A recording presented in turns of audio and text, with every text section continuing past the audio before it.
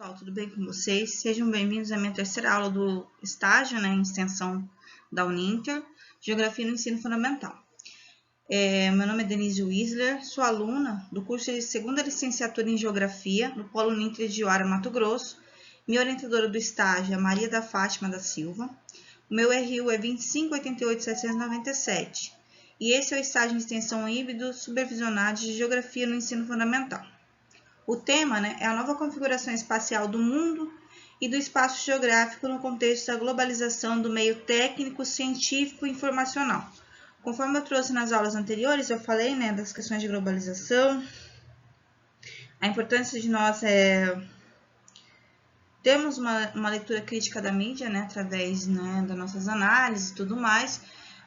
Hoje eu vou trazer também sobre um retrospecto do que eu falei nas aulas anteriores e também falando sobre o cyberespaço, cyberativismo, que são ativismos que são impulsionados pelas redes sociais, pela internet, movimentos sociais, e também a questão do espaço geográfico, como que o espaço geográfico ele vai se modificar através da globalização. Então, esse estágio, o público-alvo dele, o ensino fundamental, nono ano, pode ser trabalhado, com esse tema Revolução Técnica, Científica e Informacional em nível local e global, mas é um tema, como eu já disse anteriormente nas outras aulas, abrangente, que dá para trabalhar com outras fases formativas, outras áreas também podem trabalhar com o tema de globalização, não só a geografia, como sociologia, como história, filosofia, outras áreas podem trabalhar com esse tema.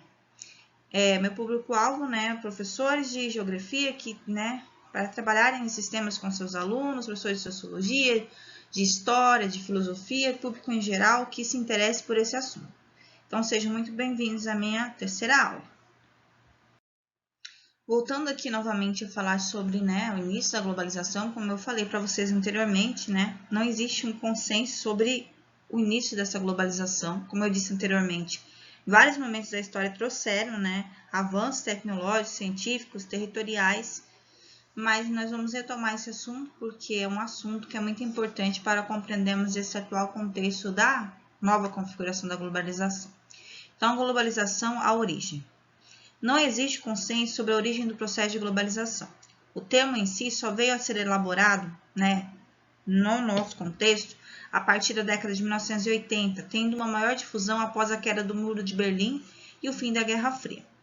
Então, foi a partir deste momento, do fim da Guerra Fria, é que a globalização vai apresentar-se no contexto que a gente vive hoje, século XX, século XXI.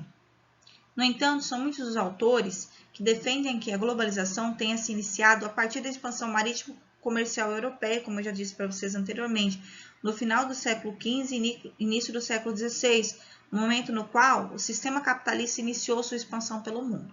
Então, existem essas teorias, a teoria da globalização no começo, das grandes navegações, expansões marítimas, e no contexto da década de 1980. Nós já sabemos, então, que esses dois momentos foram muito importantes para a história da humanidade e que nesses dois momentos tiveram também conquistas significativas. Então, cada momento desse teve um tipo de globalização.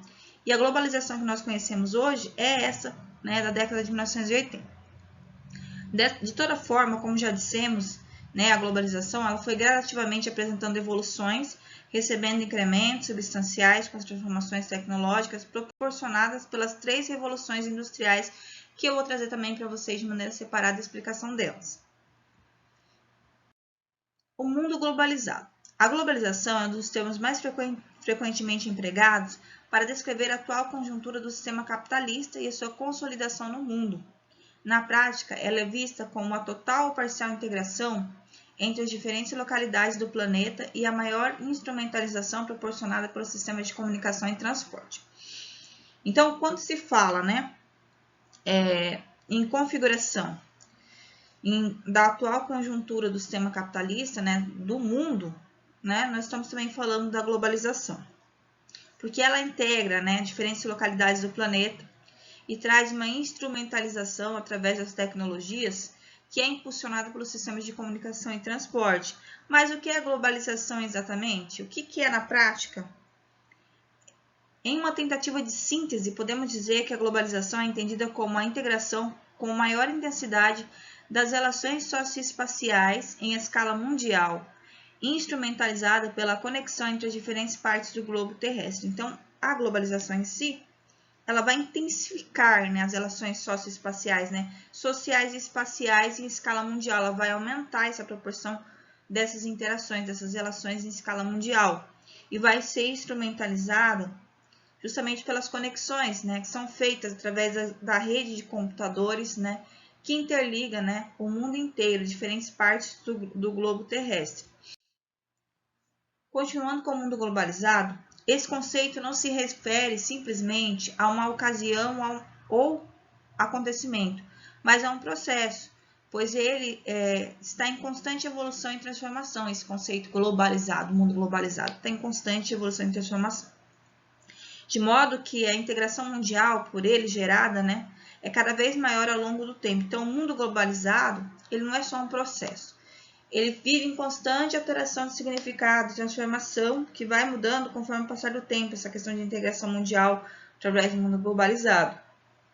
Há um século, a velocidade da comunicação entre diferentes partes do planeta até existia, porém ela era muito menos rápida e eficiente que a dos dias atuais, que por sua vez poderá ser considerada menos eficiente em comparação com as prováveis evoluções técnicas que ocorrerão nas próximas décadas. Podemos dizer então que o mundo encontra-se cada dia mais globalizado, quer dizer que antigamente, né, séculos anteriores, até no século anterior ao século XXI, século XX, existia comunicação? Existia, só que ela não era tão eficiente quanto hoje. Isso foi mudando, foi, né, se aprimorando cada vez mais.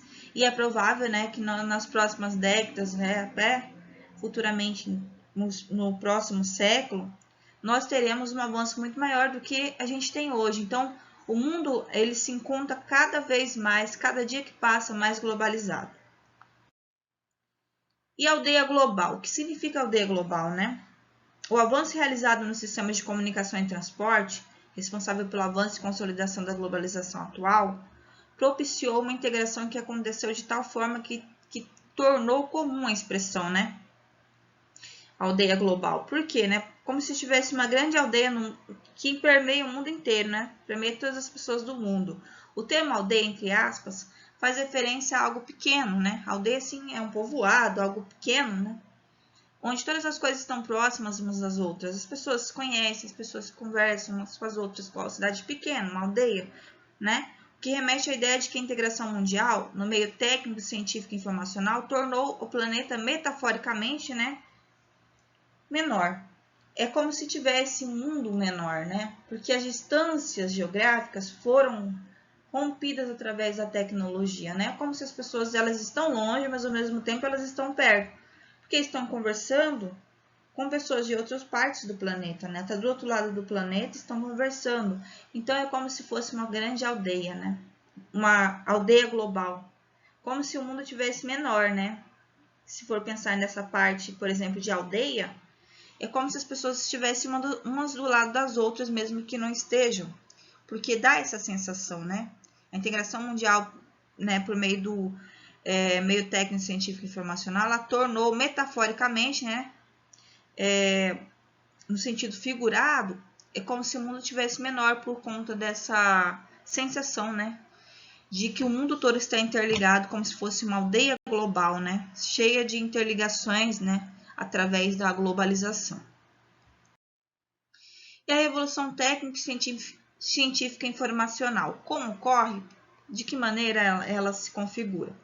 Iniciada a partir do meados do século XX e que ainda se encontra em fase de ocorrência, né, no século XXI, nesse processo intensificaram-se os avanços técnicos no contexto dos sistemas de informação, com destaque para a difusão dos aparelhos eletrônicos e da internet, além de uma maior evolução nos meios de transporte. Então, quando se fala revolução técnico-científica e informacional, está falando da revolução, né, dos avanços técnicos nos sistemas de informação e também na difusão dos aparelhos eletrônicos e da internet, né, que é impulsionada pela tecnologia, pelos meios de transporte. Então, por isso é esse nome, Revolução Técnico-Científica Informacional. Portanto, a título de síntese, podemos considerar que se a globalização iniciou-se há cerca de 5 séculos aproximadamente, ela consolidou-se de forma mais elaborada e desenvolvida ao longo dos últimos 50 anos, a partir da segunda metade do século XX em diante. Né? Ela vai acontecer lá, né? Anteriormente eu falei para vocês que vários fatores, né, nos mostram que a globalização ela não é algo recente, mas a sua consolidação, o seu desenvolvimento, né, vem acontecendo gradativamente e se intensificando, né, nos últimos 50 anos, a partir da segunda metade do século XX em diante. Aqui, gente, traz uma imagem, né? Eu trago uma imagem para vocês, que simboliza muito bem a globalização, né? A grande aldeia global que o mundo se transformou, né? Os vários planetas têm linhas imaginárias que os ligam, né? Linhas de comunicações que os ligam. As grandes marcas como Nike, Sony, Ford, Adidas, Coca-Cola, Nokia, Danone, Fujifilm, Samsung, Bic, Bung, Panasonic, né? Várias outras marcas aqui, Pirelli, Kawasaki, Scania, Roche, todas essas marcas, né, elas são marcas hoje mundiais, Toyota, Samsung, e elas são difundidas pela globalização, né? Sem a globalização seria mais difícil, né? Elas seriam mais um processo local, né, nacional, e hoje elas são internacionais, né? E isso é possível através da globalização. Mas a globalização não acontece para todos da mesma forma. Então, aqui mostra as pessoas entrando na globalização coloridas e saindo cinza. O que significa isso? Como se o mundo todo estivesse sendo padronizado num único modelo de pensamento e ação e culturalmente massificado, né? Como se eles entrassem originais e saíssem cópias. Exatamente isso que está acontecendo aqui na imagem. Né? Porque ela vem de um padrão de vida, padrão de comportamento, de valores, tudo isso. E aí, muitas dessas questões que eram questões, né, muito valorizadas localmente, culturalmente localmente, elas são vendidas como mercadoria, né? Perdem muito do encanto, do valor que tinham, né, quando foram pensadas. Então, né, ela tem um aspecto positivo, né, do avanço da tecnologia, do avanço da comunicação, pessoas de vários lugares do mundo estão conversando, né, em tempo real, né, mesmo não estando no mesmo espaço geográfico, elas estão ali interagindo, mas ao mesmo tempo também ela traz essas questões também que nós devemos analisar, são questões de padronizações de comportamento, né, e o consumismo exagerado, né, a gente tem que refletir sobre todas essas questões. E a revolução técnico-científica, né, ela vai fazer parte da terceira revolução industrial. Nas últimas décadas do século XX, iniciou-se uma nova etapa da expansão capitalista. A terceira revolução industrial ou revolução técnico-científica, que está relacionada principalmente a desenvolvimento de novas tecnologias da informação, computadores, robôs, satélites de comunicação, internet, etc., descobertas científicas aplicadas na melhoria dos processos e na criação de novos produtos e serviços, influência da informática na vida cotidiana, agilizando todas as atividades como a dos serviços bancários, do comércio, das escolas, entre outros. Nós estamos vivendo neste momento, né, uma pandemia, né, que ainda, né, vigora. E nós estamos, né, vivendo esse contexto, né, dos computadores, né, da internet, ter intensificado cada vez mais, porque muitos professores estão no ensino remoto, precisam do ensino remoto para continuarem com as aulas, e isso tem se intensificado cada vez mais essas questões, né? Pensar sobre essa revolução técnico-científica é algo muito presente na nossa realidade, né? Hoje nós sabemos que nós temos muitas coisas na internet, né? Pessoas que utilizam banco na internet, pagam contas, né? Sites de entretenimento, até sites de próprio trabalho da pessoa que está, né, na rede social, na internet. Então, é muito importante, né, refletir sobre a influência da informática na vida cotidiana, a influência dessa revolução técnica e científica, cada vez mais na vida das pessoas, né, tanto na questão pessoal, como na questão trabalhista, e também, né, com relação à educação, que também as escolas se utilizam de sites, se utilizam, né, de plataformas virtuais também, e hoje a gente está utilizando muito isso no ensino remoto, Então, é muito importante nós refletirmos sobre esse momento que a gente vive, que é impulsionado pela terceira revolução industrial, que é a revolução técnico-científica, né? Avanços de tecnologias de informação, computadores, robôs, satélites de comunicação e a internet. E também o que vai acontecer, né? O uso de fontes de energia menos poluidoras, nós temos que pensar, né? Nesse processo, como energia eólica, biocombustíveis e energia solar. É impulsionado também por essa terceira revolução, né, industrial, né, técnico-científico, informacional.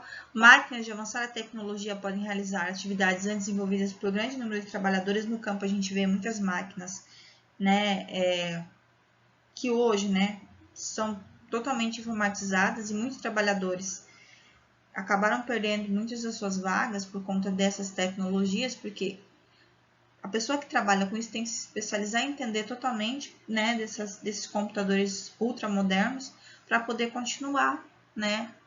E nessa avançada tecnologia, essas máquinas, então, agora, elas são desenvolvidas para melhorar a vida, sim, mas só que também elas também trazem, né, esses avanços e também tem que pensar na parte do que vai acontecer, do que tem acontecido, né, que é a diminuição do emprego tanto na indústria quanto na agropecuária por conta das tecnologias também. E aí, então ela vai trazer os avanços e também vai trazer essas questões, né, que vão trazer também impactos, né, na vida dos trabalhadores. Então, também vai trazer o desenvolvimento de novas áreas profissionais, não ligadas diretamente à produção. Engenharia de materiais, ciências da computação, gestão ambiental, entre outros, vão ser impulsionados pelas novas tecnologias e pela essa revolução, né, técnico-científica, informacional, que a terceira revolução industrial impulsiona. Desenvolvimento do setor de serviços, que absorve parte da mão de obra dispensada pela indústria também, né, é algo a ser pensado neste processo, né, da terceira revolução industrial, técnico-científica e informacional. Vale lembrar, né, vamos retomar aqui, né, as fases da revolução industrial para pensarmos que cada etapa dessas foram importantes para o desenvolvimento do mundo, né, tecnológico, científico, informacional, né, territorial, todos esses momentos. O processo de industrialização costuma ser dividido em 3 etapas, né? A primeira revolução industrial ocorreu em meados do século XVIII, baseou-se no uso em larga escala do carvão como fonte de energia para impulsionar as máquinas a vapor. Foi o primeiro momento, né? Saída da manufatura para a indústria e a máquina a vapor, né? Este é o primeiro momento, a primeira revolução industrial. A segunda revolução industrial deu-se no final do século XIX e baseou-se no uso em larga escala do petróleo e da eletricidade como fonte de energia para máquinas muito mais eficientes e versáteis, como o motor elétrico e o motor a explosão. Então, no século XIX, vai se intensificar, né, cada vez mais o desenvolvimento da indústria e vai, então, né, se basear no petróleo, né, eletricidade, novas fontes de energia, novas máquinas mais eficientes, mais ágeis, motor elétrico e motor a explosão. E a terceira revolução industrial ocorre desde a década de 1970 e destaca-se pelo uso de várias fontes de energia, né? Entre as atividades típicas dessa revolução que nós estamos falando agora, né? Revolução técnica, científica e informacional, destaca-se a química fina, né? A microinformática, a microeletrônica, a robótica, as telecomunicações e a biotecnologia, que são impulsionadas pela terceira revolução industrial, cada vez mais avançando na técnica, avançando na ciência, avançando, né, em novas tecnologias, produzindo, então, né, robôs, né, produzindo novas tecnologias de vários tipos, né, que impulsionam as telecomunicações, a biotecnologia, a microeletrônica, a microinformática, a robótica.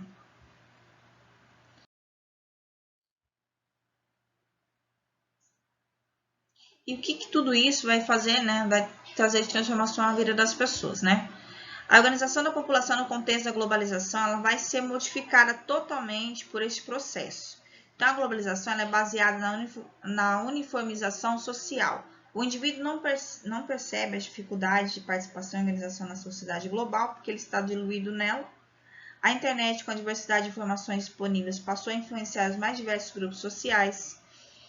A tecnologia abre novos caminhos de organização da sociedade, com capacidade de mobilização de milhares de pessoas. Então, tem os aspectos positivos e os aspectos negativos. Os aspectos positivos são essas questões de mobilização social, né? Que as pessoas, elas sentem-se parte de um todo, né? Onde várias informações circulam, né? E essas informações, elas podem influenciar os mais diversos grupos sociais e abrir novos caminhos de organização da sociedade e também mobilizar as pessoas em prol de causas que essas pessoas têm em semelhança, né? Nos objetivos semelhantes, né? De lutas, de reivindicações sociais. Novas possibilidades de organização da população com a internet, né, que é o cyberativismo. O que vai acontecer dentro do cyberativismo, né, funcionado pela internet? O cyberativismo é um termo recente e consiste na utilização da internet por grupos politicamente motivados. As pessoas, então, têm um grupo de participação no Facebook ou no Instagram ou em outras redes sociais. Elas têm, então, causas que elas lutam por essas causas e mobilizam outras pessoas para participarem. Os cyberativistas, né, eles buscam difundir informações e reivindicações sem qualquer elemento intermediário com o objetivo de buscar apoio. Por eles mesmos, né, eles se mobilizam para esses fins, para lutar por esses objetivos, né, reivindicações, não tem intermediário para isso. Debater e trocar informações, organizar e mobilizar indivíduos por ações dentro e fora da rede é o objetivo, né, do cyberativismo. Mobilização social de indivíduos por ações dentro e fora da rede, né, tanto dentro quanto fora da internet. A internet, né, pode ser usada ainda, né, como um canal de comunicação adicional ou para coordenar ações offline de forma mais eficiente. Então, assim, existe o cyberativismo, que começa na internet, mas ele sai, né, da internet para mobilizar ações fora dela, mas a internet pode ser utilizada também como um elemento adicional para coordenar, né, as ações que serão feitas depois fora dela, né, de forma mais eficiente, dentro dessas reivindicações, dos objetivos que eles estão das ações que eles estão querendo, né, efetivar através dessas mobilizações, né.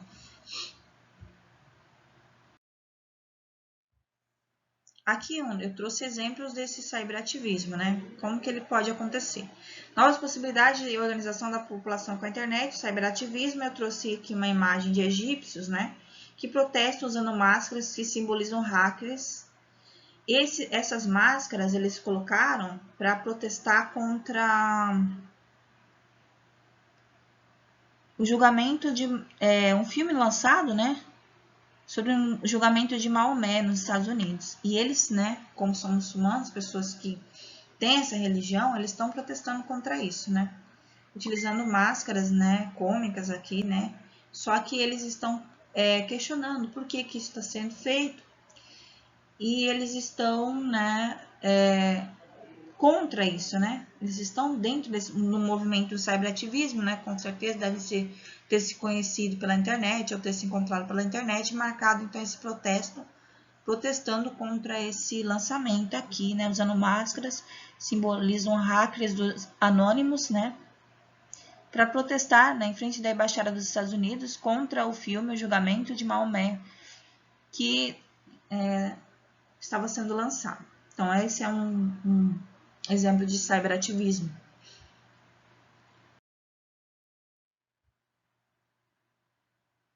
Outro exemplo, né, que eu vou trazer para vocês, né, novas possibilidades de organização da população da internet e cyberativismo. As pessoas podem estar em vários locais, né, em outras cidades, outros estados, até outras regiões do mundo, interligadas pela rede de computadores, conversando, decidindo e então elas se mobilizam e saem, então, fora da rede para reivindicar esses direitos através dessas mobilizações.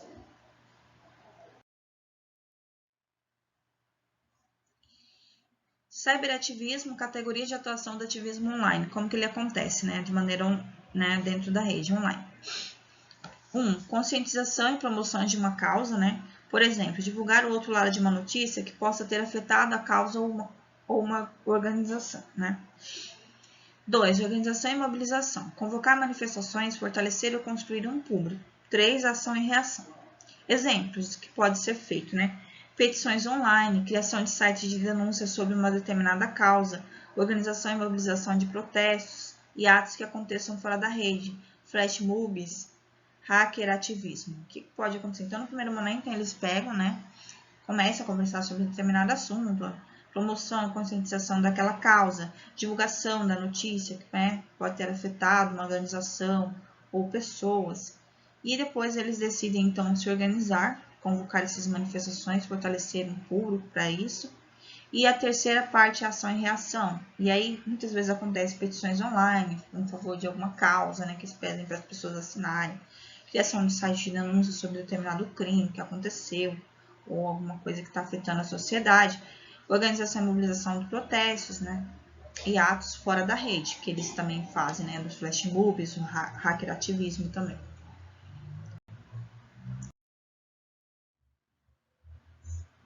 Outro exemplo, né, que aconteceu não faz muito tempo, foi o caso recente do cyberativismo, Movimento Vem Pra Rua e Movimento Brasil Livre.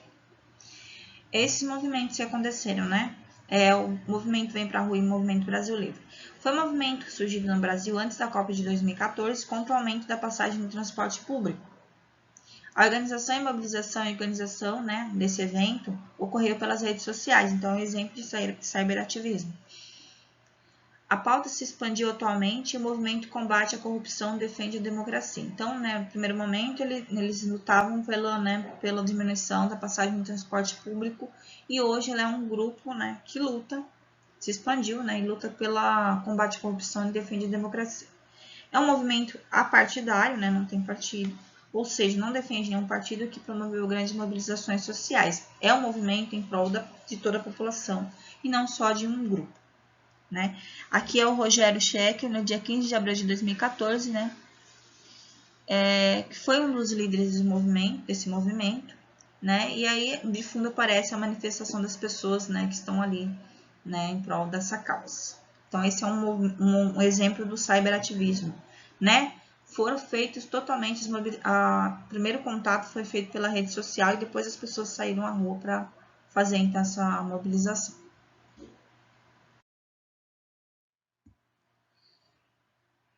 Outro movimento foi o Anonymous, né? Anonymous é a palavra de origem inglesa que em português significa anônimo. É um grupo que se originou em 2003, representa o conceito de muitos usuários de comunidades online existindo simultaneamente como um cérebro global.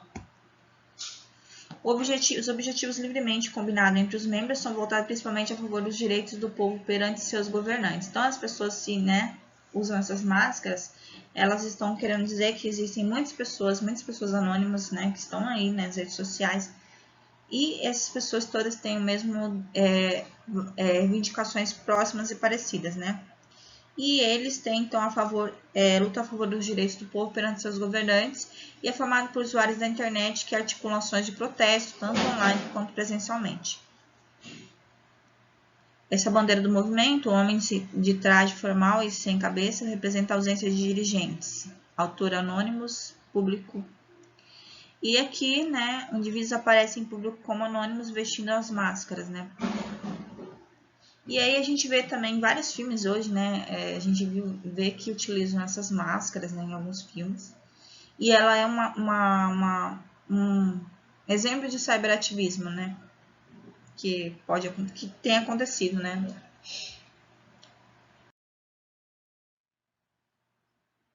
Caso recente, cyberativismo, Greenpeace, né? Movimento pela paz, pelo verde, né? Pela questão ambiental. É uma organização não governamental de defesa do meio ambiente, com sede na Holanda e com escritórios espalhados em mais de 40 países.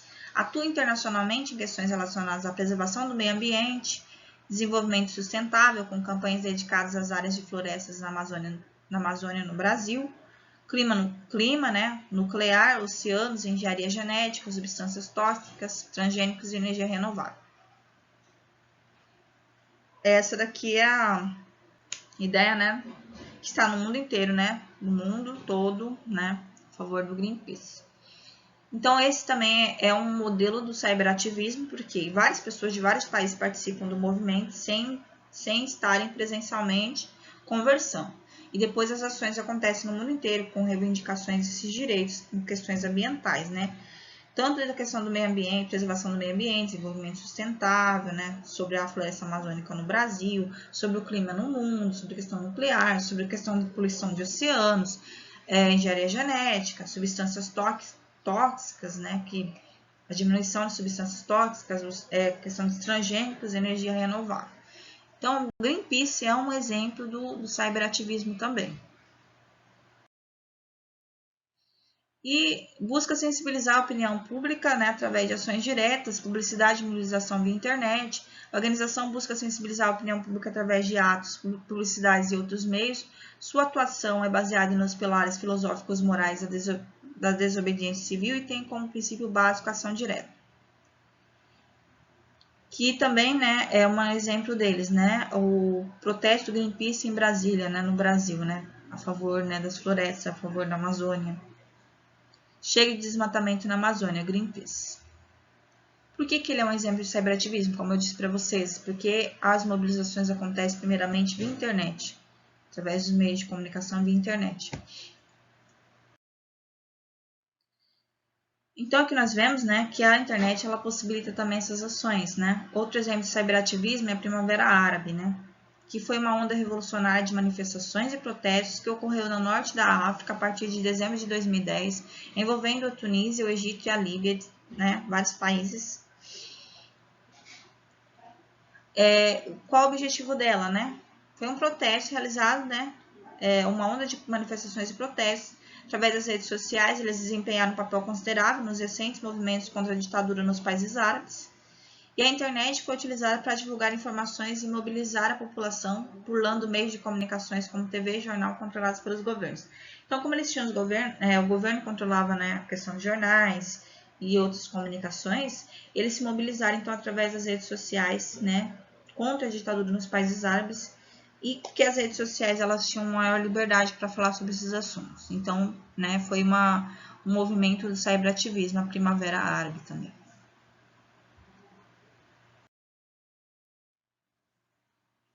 Aqui, né, outro exemplo, né, que foi utilizado, charges, né, para falar sobre os protestos da Primavera Árabe, né.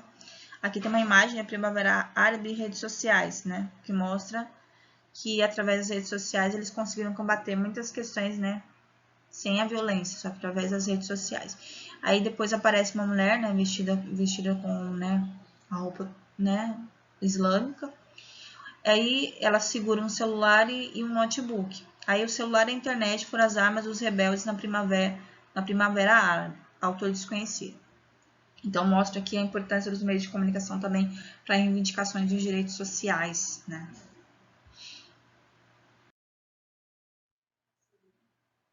E a mobilização da cidade de Santo Antônio da Platina, Paraná, para baixar salários de vereadores.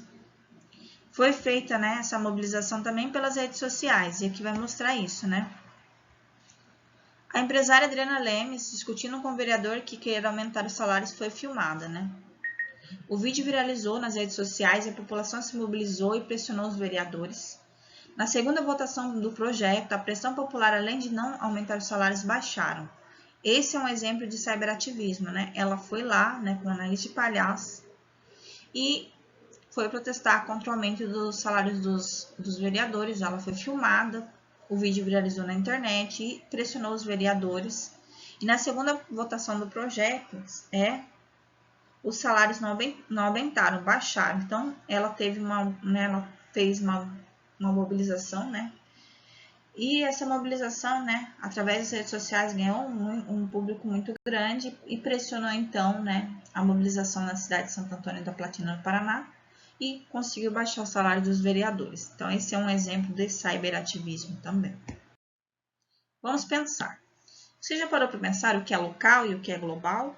No contexto do meio técnico, científico e informacional? O que é local e o que é global dentro desse modelo, né, da terceira revolução industrial, técnico, científico e informacional? Você reconhece no seu dia a dia elementos, produtos, costumes, crenças, hábitos, cultura, etc., de origem exclusivamente local e global? Vamos pensar sobre. Então, o local e o global no mundo interligado. No mundo globalizado, o tempo e o espaço têm outras dimensões. Algo acontece do outro lado do mundo e você pode ler, ver, acompanhar instantaneamente, né, via internet. A circulação de informações, pessoas, mercadorias, costumes, marcas e tecnologias ocorre velozmente sem limites de distância. Pelas redes mundiais, o mundo todo pode acompanhar o dia a dia das eleições estadunidenses, como mostra a foto ao lado da campanha do Barack Obama, ocorrida na corrida presidencial de 2008, que foi acompanhada via na internet em tempo real, internet, meio de comunicação. Então, nós percebemos que o local e global, eles começam a se interligar, como se não existisse uma distância tão grande entre o que é local e o que é global. Dentro desse contexto da globalização, o mundo está interligado. Você pode acompanhar em tempo real a circulação de informações, pessoas e mercadorias, os costumes das marcas e tecnologias velozmente e sem limites de distância, como a campanha aqui da presidência do Barack Obama, acompanhada pelas redes sociais em tempo real. Voltando aqui a falar sobre o exemplo da Primavera Árabe, aconteceu a partir do final de 2010, quando uma série de protestos contra governos ditatoriais em países da Ásia, do Norte da África, Tunísia, Argélia, Djibouti, Síria, Marrocos, Sudão e Líbia, a internet e as redes sociais foram importantes para a comunicação instantânea e a rápida mobilização das pessoas. As notícias, depoimentos, fotos e mensagens foram compartilhadas nas mídias sociais e possibilitaram apresentar ao mundo o que estava ocorrendo naqueles países. Então, sem a internet, dificilmente aconteceria isso, Porque se os meios de comunicação, estavam sendo controlados pelo governo, a internet não estava. E aí, foi através da internet que as imagens das manifestações e mobilizações sociais chegaram nos outros países, através das mídias sociais. Tanto as notícias, como os depoimentos, como as fotos, como as mensagens foram compartilhadas nas mídias sociais e possibilitou que o mundo todo conhecesse o que estava acontecendo naqueles países. Na Líbia, um homem rasga a foto do governante Muammar Gaddafi, foi tirada a foto. Nesse país, os protestos se transformaram em guerra civil e terminaram com a morte do ditador, que está mostrando aqui. Então, esses movimentos, das redes sociais, impulsionaram, através da comunicação, a rápida mobilização das pessoas e também a reivindicação das mudanças sociais através disso, dos meios de comunicação e das redes sociais. Quanto foi importante, então, isso para as mudanças ocorridas depois, no contexto desses países. Redes e fluxos. Com a evolução tecnológica, os lugares e as pessoas se relacionam e se integram através de redes e fluxos. Mercadorias produzidas em um país podem ser consumidas no mundo inteiro. As pessoas podem viajar de um lugar a outro muito distante em poucas horas.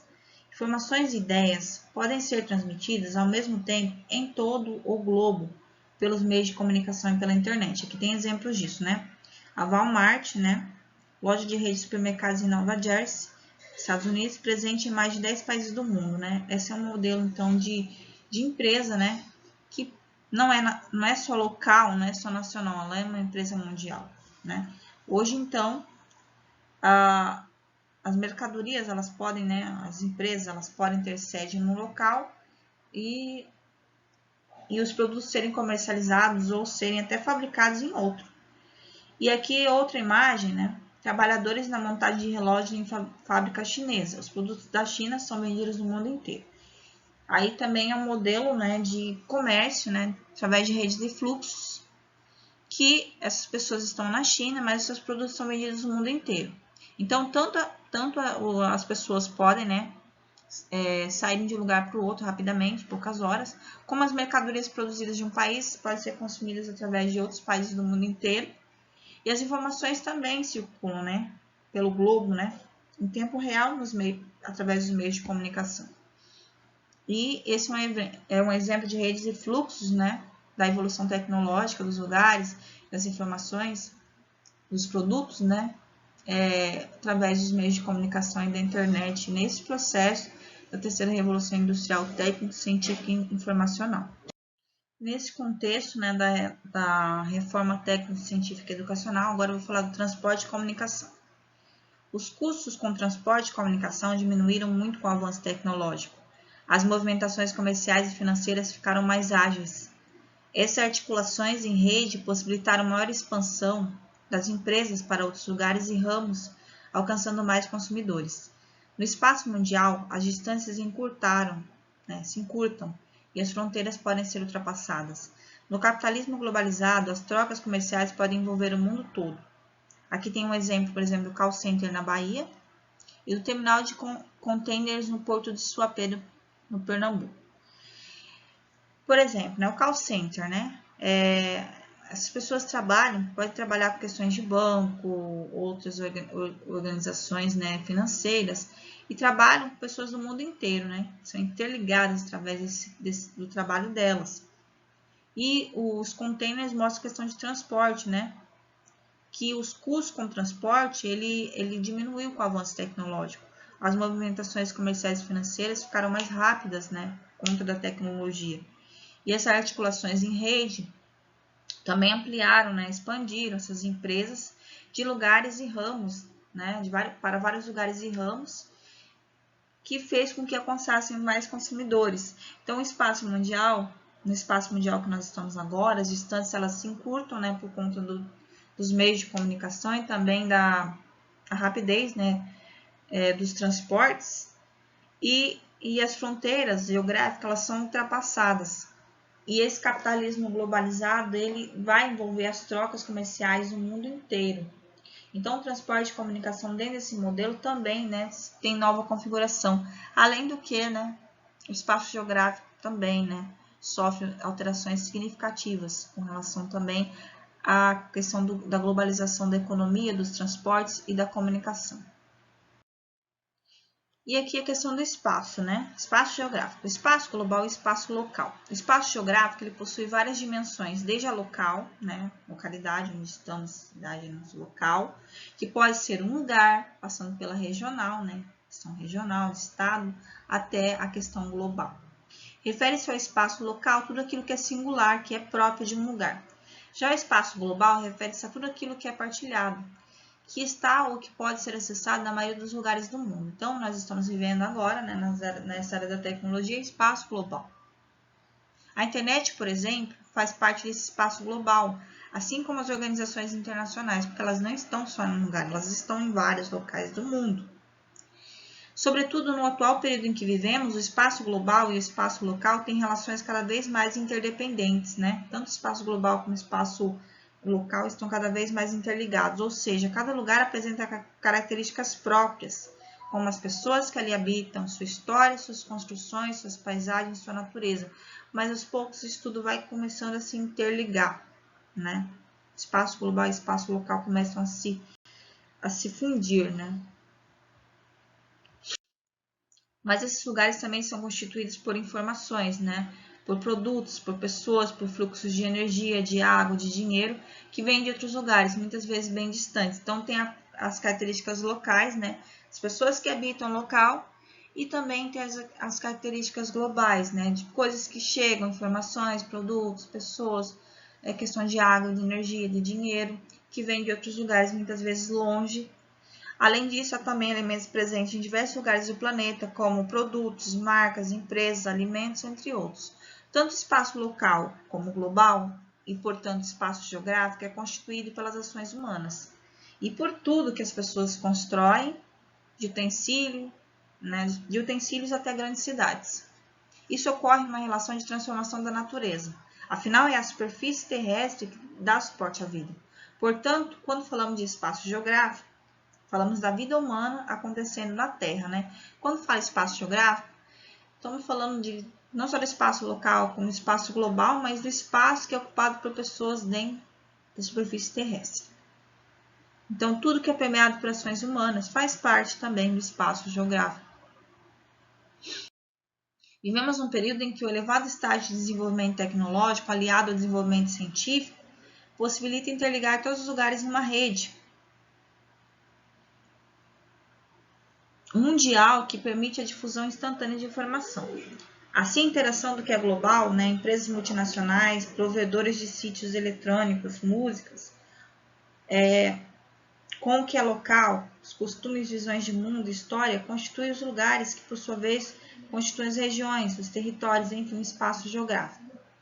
Cada lugar possui paisagens próprias, construídas pelas relações históricas e naturais, peculiares a cada um. A singularidade é a principal marca dos lugares.